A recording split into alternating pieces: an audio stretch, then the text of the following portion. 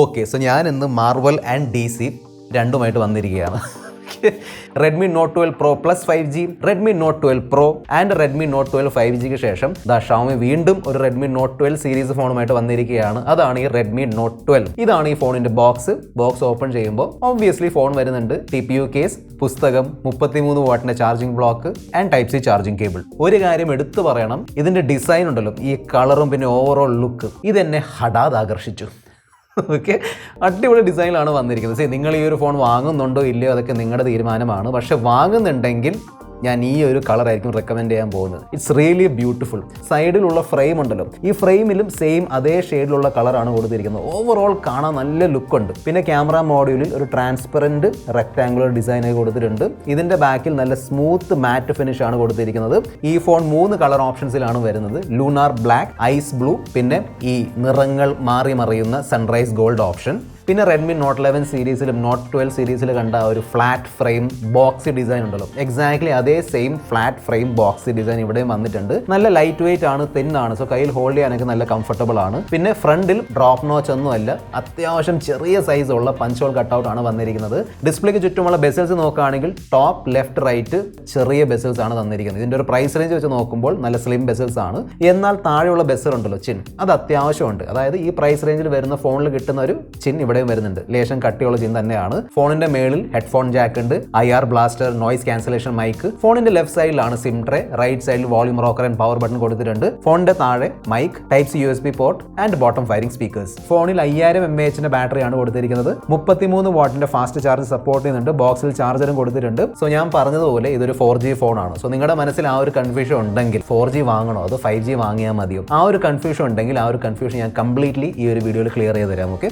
അതിനോടൊപ്പം തന്നെ ഈ ഫോണിൽ ഞാൻ പ്രതീക്ഷിക്കാത്തൊരു സർപ്രൈസും Xiaomi തന്നിട്ടുണ്ട്. അതെല്ലാം ഞാൻ ഈ വീഡിയോയിൽ ഷെയർ ചെയ്യുന്നുണ്ട്. കൂടുതൽ സമയം വേസ്റ്റ് ചെയ്യാതെ ലെറ്റ്സ് റോൾ. ഫോണിന്റെ ഡിസ്പ്ലേ നോക്കുകയാണെങ്കിൽ ടോപ്പ് ക്വാളിറ്റി AMOLED പാനലാണ് കൊടുത്തിരിക്കുന്നത്. 120 Hz റിഫ്രഷ് റേറ്റ് സപ്പോർട്ട് ചെയ്യുന്നുണ്ട്. 1200 നിറ്റ്സിൻ്റെതാണ് പീക്ക് ബ്രൈറ്റ്നസ്. സോ ഞാൻ പുറത്ത് വെയിലത്ത് കൊണ്ടുവരുന്നത്, അതായത് ഫോട്ടോ ഒക്കെ എടുക്കാൻ വേണ്ടി കൊണ്ടുവരുന്നു. ഡിസ്പ്ലേ നല്ല ക്ലിയർ ആണ്. ഇതിന്റെ ഒരു പ്രൈസിന്റെ പോയിന്റ് ഓഫ് വ്യൂ നോക്കുകയാണെങ്കിൽ കിഡിലൻ ഡിസ്പ്ലേ ആണ് തന്നിരിക്കുന്നത്. ഒരു Xiaomi ഫോണിലുള്ള AMOLED ഡിസ്പ്ലേ ആയതുകൊണ്ട് ഞാൻ എടുത്തു പറയേണ്ട ആവശ്യമില്ല, നല്ല കളർ കാലിബ്രേഷൻ ചെയ്തിട്ടുണ്ട്. യൂട്യൂബ് വീഡിയോസ് ആണെങ്കിലും മൂവീസ് ആണെങ്കിലും TV സീരീസ് ആണെങ്കിലും നല്ല എക്സ്പീരിയൻസ് ആണ് കിട്ടുന്നത്. നല്ല വീഡിയോ വാച്ചിങ് എക്സ്പീരിയൻസ് കിട്ടുന്നുണ്ട്. 6.67 ഇഞ്ചിന്റെ ഡിസ്പ്ലേ ആയതുകൊണ്ട് വൺ ഹാൻഡ് ഫോൺ എന്ന് പറയാൻ പറ്റൂല, പക്ഷെ വലിയൊരു ഡിസ്പ്ലേ ഉള്ളതുകൊണ്ട് നല്ല വൈഡ് വ്യൂയിങ് എക്സ്പീരിയൻസ് കിട്ടുന്നുണ്ട്.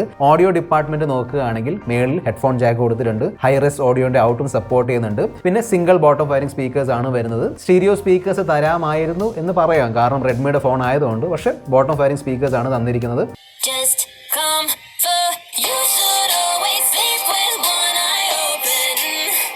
ഇതിൻ്റെ ഓഡിയോ ക്വാളിറ്റി നല്ലതാണ്. ഓക്കെ, അതായത് എത്ര വോളിയം കൂട്ടിയാലും ആ പൊട്ടലും ചീറ്റിലൊന്നുമില്ല. This phone is the first phone in India with Qualcomm Snapdragon 685 chipset. അതായത് കഴിഞ്ഞ വർഷം വന്ന Qualcomm Snapdragon 680 ചിപ്സെറ്റ് ഉണ്ടല്ലോ, അതിന്റെ ഒരു നെക്സ്റ്റ് ജനറേഷൻ ആണ് ഈ 685. ഒരു ഡീസന്റ് 4G ചിപ്സെറ്റ് ആണ്, ഗെയിമിംഗ് ചിപ്സെറ്റ് ആണെന്ന് ഞാൻ പറയുമല്ലോ. ഓക്കെ, അതായത് കാഷ്വൽ ഗെയിമിംഗ് ഒക്കെ ചെയ്യാൻ പറ്റും. ഫോർ എക്സാമ്പിൾ സബ്വേ സർഫർ ആണെങ്കിലും ഈവൻ BGMA ആണെങ്കിലും ആ ഒരു ബഡ്ജറ്റ് ലെവൽ വളരെ കാഷ്വൽ ഗെയിമിംഗ് ചെയ്യാൻ പറ്റുമെങ്കിലും ഇതൊരു ഗെയിമിംഗ് ചിപ്സെറ്റ് അല്ല. എന്നാൽ നോർമൽ യൂസ്, അതായത് ഫേസ്ബുക്ക് ഉപയോഗിക്കാൻ വേണ്ടി, Instagram, WhatsApp, phone calling, internet, സിനിമകൾ കാണാൻ വേണ്ടി, അതിന് വേണ്ടിയൊക്കെ പക്കയാണ്. ഓക്കെ, ആ ഒരു പോയിന്റ് ഓഫ് വ്യൂ നിങ്ങൾ യാതൊരു തരത്തിലുള്ള ഇഷ്യൂ ഫേസ് ചെയ്യാൻ പോകുന്നില്ല. 6GB 64GB and 6GB 128GB ആണ് റാം സ്റ്റോറേജ് വേരിയൻസ്. അതിനോടൊപ്പം തന്നെ ആ ഒരു എക്സ്റ്റൻഡഡ് റാം, അതായത് അഡീഷണൽ റാമിന്റെ ഫീച്ചറും ഈ ഫോണിലും വരുന്നുണ്ട്. Xiaomiയുടെ Redmi Note 12 ഫോൺ വരുന്നുണ്ടെന്ന് ഞാൻ കേട്ടപ്പോൾ ഫസ്റ്റ് തന്നെ ഞാനൊരു പോരായ്മ ഇങ്ങനെ എഴുതി കുറിച്ചു. Xiaomiയുടെ ഫോണാണ്, ബഡ്ജറ്റ് ഫോണാണ്, സോ എന്തായാലും out of the box Android 12 ആയിരിക്കും. പക്ഷേ എന്നെയും നിങ്ങളെയും എല്ലാവരെയും ഞെട്ടിച്ചുകൊണ്ട് ഇതിന്റെ അകത്ത് out of the box latest Android 13 ആണ് വിത്ത് ലേറ്റസ്റ്റ് MIUI 14. പിന്നെ ഇതിന്റെ കൂടെ 2 വർഷത്തേക്കുള്ള ആൻഡ്രോയിഡ് അപ്ഡേറ്റും 4 വർഷത്തെ സെക്യൂരിറ്റി അപ്ഡേറ്റും Xiaomi തരുമെന്ന് പറഞ്ഞിട്ടുണ്ട്. എപ്പോൾ വരും, എന്ന് വരും, അതൊന്നും പറയാൻ പറ്റൂല. പക്ഷേ at least out of the box latest Android 13 കൊടുത്തിട്ടുണ്ട്. ഒരു ലോഡ് പ്രീ ഇൻസ്റ്റാൾ ആപ്ലിക്കേഷൻ വരുന്നുണ്ട്, അതായത് Snapchat, Spotify, opera browser, Netflix, പിന്നെ നമ്മളെല്ലാവരുടെയും രോമാഞ്ചമായ ബബിൾ ഷൂട്ടർ ഗെയിം ഒക്കെ കൊടുത്തിട്ടുണ്ട്. എന്നാൽ ഇപ്പം Realme UI വരുന്ന ആ ഒരു ആഡും, ഓൺ ദ ഫേസ് ആഡും റെക്കമെൻഡേഷൻസ് ഒക്കെ ഉണ്ടല്ലോ, അത്തരത്തിലുള്ള ഒരു പരിപാടി ഞാനിവിടെ കണ്ടില്ല. So that's actually nice. പിന്നെ ഞാൻ എടുത്തു പറയേണ്ട ആവശ്യമില്ല, നിങ്ങൾ ഈ ഒരു ഫോൺ സെറ്റപ്പ് ചെയ്തതിനു ശേഷം ആവശ്യമില്ലാത്ത എല്ലാ ആപ്ലിക്കേഷൻസും ഡിലീറ്റ് ചെയ്തേക്കണം. സോഫ്റ്റ്വെയർ എക്സ്പീരിയൻസ് ഓക്കെ ആയിരുന്നു. കംപ്ലീറ്റ്ലി 100% സ്മൂത്ത് എന്ന് പറയാൻ പറ്റൂല. ചെറിയ രീതിയിലുള്ള അവിടെ ഇവിടെ ജിറ്റേഴ്സ് ഉണ്ട്. അത് പിന്നെ നോർമലി ബഡ്ജറ്റ് സെഗ്മെന്റിലുള്ള സ്മാർട്ട് ഫോൺസിൽ വരാറുണ്ട്. ഓവറോൾ നല്ല എക്സ്പീരിയൻസ് ആണ് കിട്ടിയത്. പിന്നെ MIUIയിൽ കണ്ടുവരുന്ന ഫീച്ചേഴ്സ് ഉണ്ടല്ലോ, ഫോർ എക്സാമ്പിൾ റൈറ്റ് സൈഡിൽ നിന്ന് താഴേക്ക് വലിക്കുമ്പോൾ ഇത്തരത്തിലുള്ള ആക്ഷൻ പാനൽ അല്ലെങ്കിൽ ആക്ഷൻ സെന്റർ തുറന്നു വരും. ലെഫ്റ്റിൽ നിന്ന് വലിക്കുമ്പോൾ നോട്ടിഫിക്കേഷൻസ് ആണ് വരാൻ പോകുന്നത്. ഹോം സ്ക്രീനിൽ റൈറ്റിലേക്ക് സ്വൈപ്പ് ചെയ്യുമ്പോൾ ഇത്തരത്തിലുള്ള ഒരു പാനലാണ് ഷവോമിയുടെ ഫോൺസിൽ വരുന്നത്. നമുക്ക് വേണമെങ്കിൽ ഇത് ചേഞ്ച് ചെയ്ത് എടുക്കാൻ പറ്റും. ഹോം സ്ക്രീനിൽ പ്രസ് ആൻഡ് ഹോൾഡ് ചെയ്തിട്ട് സെറ്റിംഗ്സ്, മോർ, ഇവിടെ കണ്ടോ -1 സ്ക്രീൻ, അവിടെ ക്ലിക്ക് ചെയ്തിട്ട് ഒന്നെങ്കിൽ അത് എടുത്ത് കളയാം, അല്ലെങ്കിൽ നമ്മുടെ ഗൂഗിൾ ഫീഡ് അത് വെക്കാൻ പറ്റും. ഇനി നമ്മൾ റൈറ്റിലേക്ക് സ്വൈപ്പ് ചെയ്യുമ്പോൾ കണ്ടില്ലേ ആ ഒരു ഗൂഗിൾ ഫീഡ് വരുന്നുണ്ട്. ഓക്കെ, പിന്നെ ഈ ഫോണിൽ inbuilt free video editor Xiaomi കൊടുത്തിട്ടുണ്ട്. അത്യാവശ്യം ഫീച്ചേഴ്സ് ഒക്കെ വരുന്നുണ്ട്. സോ ഇവിടെ ക്ലിക്ക് ചെയ്തതിന് ശേഷം ഫിൽറ്റേഴ്സ് ഉണ്ട്, എൻഹാൻസ് ചെയ്യാൻ പറ്റും, ബ്രൈറ്റ്നസ്, കോൺട്രാസ്റ്റ്, സാച്ചുറേഷൻ കൂട്ടാൻ പറ്റും, ക്യാപ്ഷൻസ് ഇടാം, സൗണ്ട് ട്രാക്ക് ഇടാം, ആസ്പെക്ട് റേഷ്യോ ചേഞ്ച് ചെയ്യാം. സോ അത്യാവശ്യം ഫീച്ചേഴ്സ് കൊടുത്തിട്ടുണ്ട്. സോ നിങ്ങളൊരു വ്ളോഗർ ഒക്കെ ആണെങ്കിൽ ഇതുപോലെയൊക്കെ നിങ്ങൾക്ക് വേണമെങ്കിൽ നിങ്ങളുടെ വീഡിയോസ് എഡിറ്റ് ചെയ്ത് എടുക്കാൻ പറ്റും. പിന്നെ MIUI 14 ആ ഒരു എൻലാർജ്ഡ് ഫോൾഡർ ഉണ്ടല്ലോ, അതായത് നമ്മളൊരു ഫോൾഡർ മേളിൽ ഇങ്ങനെ പ്രസ് ആൻഡ് ഹോൾഡ് ചെയ്യുമ്പോൾ എഡിറ്റ് ഫോൾഡർ, എന്നിട്ട് ഇവിടെ വേണമെങ്കിൽ XXL സൈസ് ഉള്ള നല്ല മുട്ടൻ ഫോൾഡേഴ്സ് ഉണ്ടാക്കാൻ പറ്റും. ഇതിന്റെ ഗുണം എന്താണെന്ന് വെച്ചാൽ നമ്മൾ ഈ ഫോൾഡർ തുറന്നിട്ട് അതിനുശേഷം ആപ്ലിക്കേഷന് മേളിൽ ക്ലിക്ക് ചെയ്യേണ്ട ആവശ്യമില്ല. ഇവിടെ തന്നെ ഇങ്ങനെ ആക്സസ് ചെയ്യാൻ പറ്റും. സോ ഗൂഗിൾ ക്ലിക്ക് ചെയ്യുമ്പോൾ ഗൂഗിൾ തുറന്നു വരുന്നുണ്ട്, മാപ്പ് ക്ലിക്ക് ചെയ്യുമ്പോൾ മാപ്പ് തുറന്നു വരും, കണ്ടില്ലേ. പിന്നെ ലോക്ക് സ്ക്രീനിൽ നിന്ന് റൈറ്റിലേക്ക് സ്വൈപ്പ് ചെയ്യുമ്പോൾ ഇത്തരത്തിലുള്ള ഒരു ക്വിക്ക് ആക്സസ് പാനലാണ് വരുന്നത്. പിന്നെ ഒരു പുതിയ ഗാലറി വിഡ്ജറ്റും ഇവിടെ വരുന്നുണ്ട്. ഇതിന്റെ മേളിൽ ക്ലിക്ക് ചെയ്തിട്ട് നമുക്ക് ഇഷ്ടമുള്ള ഫോട്ടോസ് ആഡ് ചെയ്യാം. 1 2 3 4 5 ഡൺ. ഷവോമിയുടെ സ്വന്തം MIUI ഡയലർ ആണ് വരുന്നത്. അതുകൊണ്ട് തന്നെ നിങ്ങൾക്ക് ഈസിലി ഇതിൽ അനൗൺസ്മെന്റ് ഇല്ലാത്ത കോൾ റെക്കോർഡിംഗ് ചെയ്യാൻ പറ്റും. ഈ ഫോണിൽ 50 മെഗാ പിക്സലിന്റെ ട്രിപ്പിൾ ക്യാമറ സെറ്റപ്പ് കൊടുത്തിട്ടുണ്ട്. സോ 50 മെഗാ പിക്സലിന്റെ മെയിൻ സെൻസർ, 8 മെഗാ പിക്സലിന്റെ അൾട്രാ വൈഡ്, പിന്നെ 2 മെഗാ പിക്സലിന്റെ മാക്രോ ആണ്. ഫ്രണ്ടിൽ 13 മെഗാ പിക്സലിന്റെ സെൽഫി ക്യാമറയും വരുന്നുണ്ട്. ഈ ഫോണിന്റെ ക്യാമറ പെർഫോമൻസ് ഒരൊറ്റ വാക്കിൽ പറയുകയാണെങ്കിൽ ഓക്കെ ആണ്. പണ്ടത്തെ ഷവോമി ഫോൺസിൽ, സ്പെഷ്യലി ബഡ്ജറ്റ് ഷവോമി ഫോൺസിന്റെ സ്കിൻ പ്രോസസിംഗ് ഉണ്ടല്ലോ വളരെ മോശമായിരുന്നു. അതായത് ഭയങ്കരമായിട്ട് ഷാർപ്പൻഡ് ഫോട്ടോസ് ഒക്കെയാണ് കിട്ടിക്കൊണ്ടിരുന്നത്. ഇപ്പൊ അങ്ങനെയല്ല.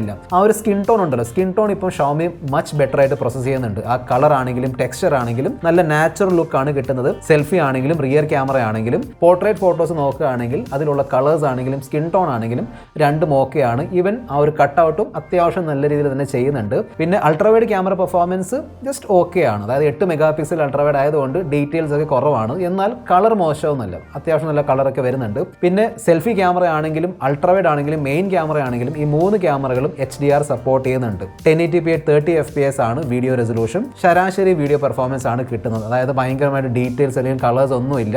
അതായത് നോർമലി ബഡ്ജറ്റ് സെഗ്മെന്റിൽ കിട്ടുന്ന ഫോണിലുള്ള വീഡിയോ പെർഫോമൻസ് ഉണ്ടല്ലോ അത് തന്നെയാണ് ഇവിടെ കിട്ടുന്നത്. സോ വീഡിയോസ് ഒക്കെ എടുക്കാൻ വേണ്ടി ഞാൻ റെക്കമെൻഡ് ചെയ്യൂല, എന്നാൽ ഫോട്ടോസിന് വേണ്ടിയൊക്കെ ഓക്കെ ആണ്. പിന്നെ ഞാൻ ഈ ഒരു പ്രൈസ് റേഞ്ചിൽ സ്റ്റെബിലൈസേഷൻ പ്രതീക്ഷിക്കുന്നില്ല, ഇവിടെ കിട്ടുന്നുമില്ല. സോ നിങ്ങൾ വീഡിയോസ് ഒക്കെ എടുക്കുമ്പോൾ അത്യാവശ്യം കുലുക്കം ഉണ്ടാവും. ബാറ്ററി ബാക്കപ്പ് ഒക്കെ ഓക്കെ ആണ്. അതായത് നോർമൽ ഈവൻ മോഡറേറ്റ് യൂസിലും 1 ഡേ ബാറ്ററി ബാക്കപ്പ് ഈസിലി കിട്ടുന്നുണ്ട്. പിന്നെ എൻ്റെ ഇനീഷ്യൽ യൂസിൽ നെറ്റ്വർക്കിൽ അങ്ങനെ ഇഷ്യൂ ആയിട്ട് എനിക്ക് തോന്നിയില്ല. നെറ്റ്വർക്ക് നല്ലോണം പിടിക്കുന്നുണ്ട്.